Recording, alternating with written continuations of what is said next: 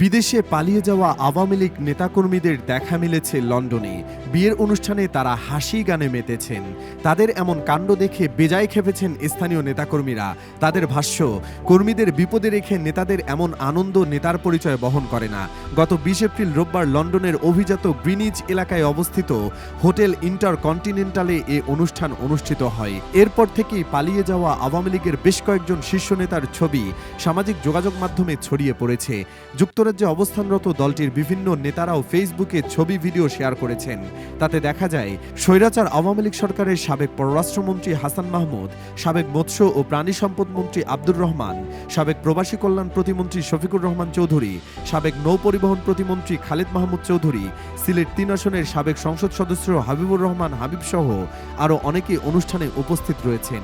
বিয়ের অনুষ্ঠানে যোগ দেওয়া মন্ত্রী এমপিদেরকে বেশ হাসি খুশি দেখা যায়।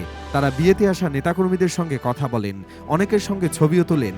আর এতেই চটেছেন দেশে পালিয়ে থাকা স্বৈরাচার আওয়ামী লীগের নেতাকর্মীরা।